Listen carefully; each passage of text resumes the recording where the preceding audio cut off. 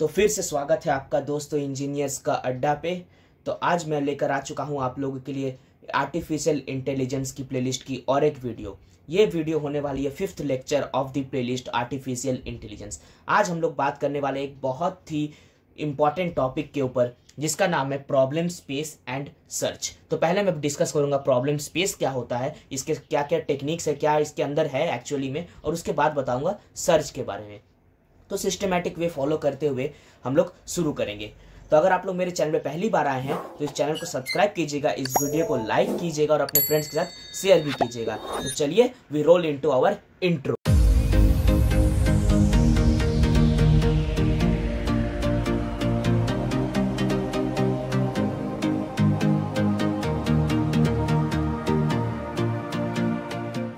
तो इस टॉपिक को मैं शुरू करना चाहूंगा एक एग्जांपल के साथ। मान लीजिए आप चेस खेल रहे हैं। चेस तो सभी ने खेला ही होगा कभी ना कभी, ठीक है। कुछ मान लीजिए चेस बोर्ड इसी टाइप का होता है, ठीक है। तो यहां पर क्या होता है कि इधर व्हाइट रहता है, इधर मान लीजिए ब्लैक रहता है। तो आपके पास हर मान लीजिए इनिशियल कंडीशन, ये इनिशियल स्टेज है यहाँ पर। इसके बाद आप लोग को फिर से चेस बोर्ड मिलेगा। तो आप लोगों ने कुछ ना कुछ एक्शन परफॉर्म किया। आपको सबको पता है कि कौन सा गोटी क्या एक्शन परफॉर्म कर सकता है। लाइक मंत्री है तो वो डायगोनल चल सकता है, स्ट्रेट चल सकता है। घोड़ा है तो वो ढाई घर चलेगा। इस टाइप से सबका प्री डिफाइंड रूल्स हम लोगों ने यहाँ पर चेस में बना के रखा है। और हर एक एक्शन है, मतलब कि मान लीजिए इनिशियल में क्या है कि यहाँ तक 2 लाइन तक गोटी है, यहाँ पर 2 लाइन तक गोटी है। अब इनिशियल जो चलेगा उसके पास थाउजेंड्स ऑफ ऑप्शंस है, मतलब कि उसके पास अनलिमिटेड जितने यहाँ पर पॉसिबल ऑप्शंस है उसके पास उतने सारे ऑप्शंस हैं। लेकिन उसमें से अब वो कोई एक ऑप्शन चूज करेगा जो उसको बेस्ट लगेगा। फिर उसके बाद यहाँ पर हम लोग आ जाएंगे। मान लीजिए उसने पहला स्टेप चल दिया, अब इसके पास भी सेम टू सेम उतने ही ऑप्शन है जितना इसके पास है, लेकिन ये भी अपना क्या करेगा, बेस्ट ऑप्शन को चूज करेगा। तो इसी चीज को कहते हैं प्रॉब्लम स्पेस।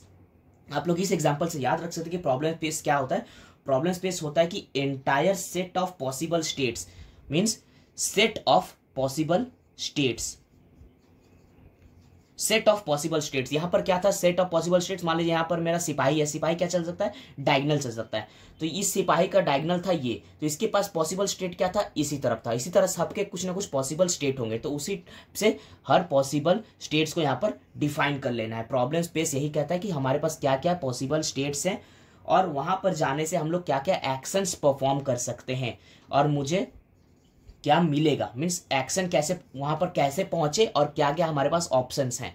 तो ये दोनों चीज डिफाइन करता है problem space for a particular problem. एक प्रॉब्लम, जैसे कि यहाँ पर मेरा प्रॉब्लम था चेस, तो ये हो गया। जैसे कि यहाँ पर मान लीजिए घोड़ा है मेरे पास इस लोकेशन पे, तो घोड़ा या तो यहाँ आएगा या तो यहाँ आएगा। तो इसके यहाँ पर मेरे पास फॉर द प्रॉब्लम घोड़ा मेरे पास 2 स्टेट्स है, एक ये स्टेट है एक ये स्टेट है, और मेरे पास इन स्टेट्स तक पहुंचने के लिए 2 एक्शंस है, या तो ढाई घर इधर या तो ढाई घर इधर।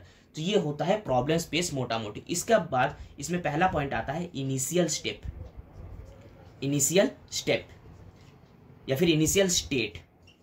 तो इनिशियल स्टेट मतलब कि ये जो मैंने बताया कि इनिशियल बस अरेंज किया हुआ है, अभी तक किसी ने पहला चाल चला नहीं है, तो ये होता है इनिशियल, मतलब कि एकदम स्टार्टिंग पॉइंट। फिर हमारे पास आता है नेक्स्ट ऑपरेशंस, पॉसिबल एक्शंस। तो जैसे कि मैंने कहा कि मेरे पास यहाँ पर आपको पता ही चेस में क्या क्या होता है, तो हमारे पास सबके पास कुछ ना कुछ पॉसिबल एक्शंस होगा कि मैं यहाँ चल सकता हूँ, यहाँ चल सकता हूँ, यहाँ चल सकता हूँ।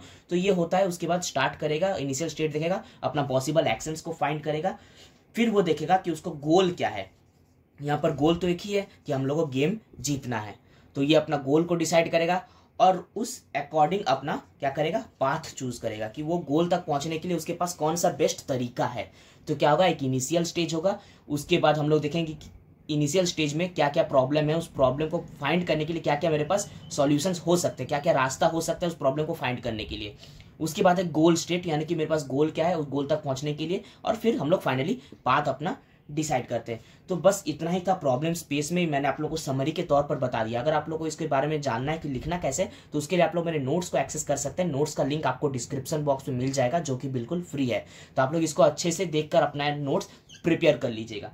ये था प्रॉब्लम स्पेस के बारे में। आप लोग आगे चलते हैं search. Problem space and search दोनों एक दूसरे से रिलेटेड है, दोनों लिंक्ड है एक दूसरे के साथ, दोनों एकदम क्या है, आइडेंटिकल है। आप लोग थोड़ा सा कंफ्यूज हो सकते हैं। तो कंफ्यूजन में आप लोगों के पास 2 चीज बेनिफिट रहता है कि या तो आप लोग इसका वाला उसमें लिख देंगे या उसका वाला इसमें लिख देंगे। लेकिन यहाँ पर क्या है कि अगर आप लोग थोड़ा सा कंफ्यूज भी हैं तो अगर आप लोग घुमा फिरा के अगर आप लोग को लिखना आता है तो आप लोग का दोनों का आंसर सेम हो जाएगा। मतलब कि लगभग आंसर दोनों में सेम ही होता है, दोनों सेम चीज ही होता है। लेकिन अभी मैं आप लोगों को समझा दूंगा तो सब कुछ क्लियर हो जाएगा। तो चलिए अब देखते हैं सर्च के बारे में। तो हम लोग अब देखते हैं सर्च के बारे में। तो सर्च क्या कहता है, सर्च भी क्या है, सर्च करने के लिए हम लोग के पास क्या होना चाहिए, सबसे पहले होना चाहिए प्रॉब्लम स्पेस। क्योंकि प्रॉब्लम स्पेस नहीं होगा तो हम लोग सर्च क्या करेंगे, मतलब कि यहाँ पर मुझे प्रॉब्लम मिल गया, प्रॉब्लम स्पेस पे अकॉर्डिंग हम लोग सर्च लगाते हैं। सर्च क्या कहता है, सर्च का सिंपल सा मीनिंग ये है कि एक systematic way to explore all the solutions या फिर प्रॉब्लम स्पेस। मतलब कि क्या हो गया, चेस के एग्जांपल लेके बताता हूं कि जो चेस था मेरा, वहां पर क्या था कि इधर मान लीजिए आप हैं और इधर मैं हूं, इधर आप है इधर मैं हूं।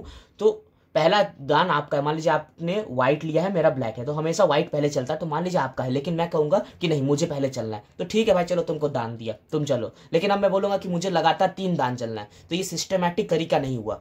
सिस्टमैटिक वे फॉलो करना है, रूल्स को फॉलो करना है, तभी हम लोग एग्जैक्ट एक्यूरेट अपने आंसर तक पहुंच पाएंगे। यहाँ पर मैं 3 दान अगर चल दूं तो मैं जीत तो जाऊंगा, लेकिन क्या वो सही होगा, नहीं होगा।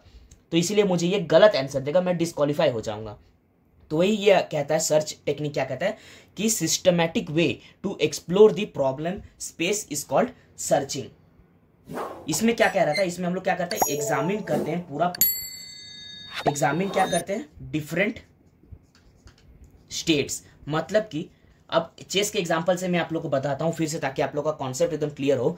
कि मान लीजिए चेस खेल रहा हूं मैं, यहाँ पर एक गोटी है, यहाँ पर एक गोटी है, यहाँ पर एक गोटी है और यहाँ पर एक है, ठीक है।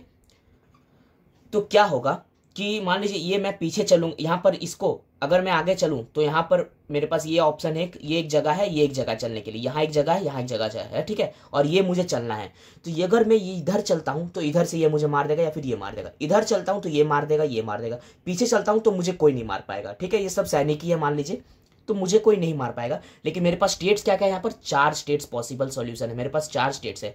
लेकिन मैं चलूंगा कौन सा, जहां पर मुझे क्या मिले, पॉजिटिव रिप्लाई मिले, मतलब कि मेरा कोई लॉस ना हो। तो यहाँ पर अगर मैं यहाँ चलता हूं तो ये मेरा लॉस है, पेनल्टी है, मुझे नुकसान भरना पड़ेगा, मैं हार जाऊंगा, तो मुझे ये नहीं चलूंगा, मैं क्या करूंगा, पीछे चलूंगा।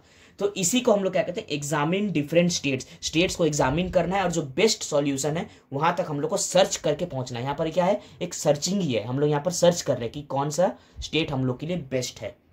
तो आई होप इतना दूर आप लोग का कॉन्सेप्ट क्लियर है।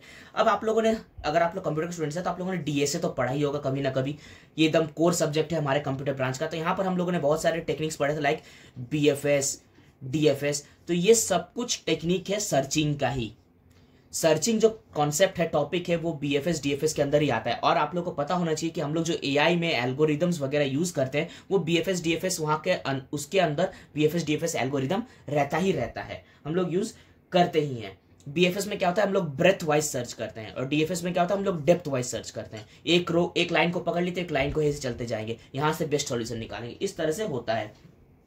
तो दोस्तों सर्च में इतना ही था और प्रॉब्लम स्पेस में भी इतना ही था। मैंने आप लोग को एक चेस वाले एग्जांपल से अच्छे से समझा दिया। अगर आप लोग को इसके बारे में और जानना है सर्च के, मैंने यहाँ पर नोट्स में आप लोग को बता के रखा है कि सर्च के बारे में, सर्चिंग के लिए क्या क्या टेक्निक्स यूज होती है। जैसे कि एक टेक्निक है सर्च ट्री, ठीक है। इस टाइप से मेरे पास नोट्स में 2-3 टेक्निक्स मैंने आप लोग के लिए लिख दी हैं। अगर आप लोग चाहे तो नोट्स को एक्सेस कर लीजिएगा, नोट्स बिल्कुल फ्री है, आप लोग अपना नोट्स मेरे नोट्स को देखकर बना लीजिएगा। और कुछ भी कहीं पर अगर आप लोग को दिक्कत आए तो कमेंट कीजिएगा, मैं आप लोग की मदद जरूर से जरूर करूंगा। तो मैं उम्मीद करता हूँ आप लोग को वीडियो पसंद आई है फ्रेंड्स। अगर वीडियो अच्छी लगी, इन्फॉर्मेटिव लगी, कुछ समझ में आया हो तो अपने क्लासमेट के साथ शेयर कीजिएगा, चैनल को सब्सक्राइब कीजिएगा और इस वीडियो को भी लाइक कीजिएगा। तो मिलता हूँ दोस्तों अगले वीडियो पर, till then bye bye and thank you friends.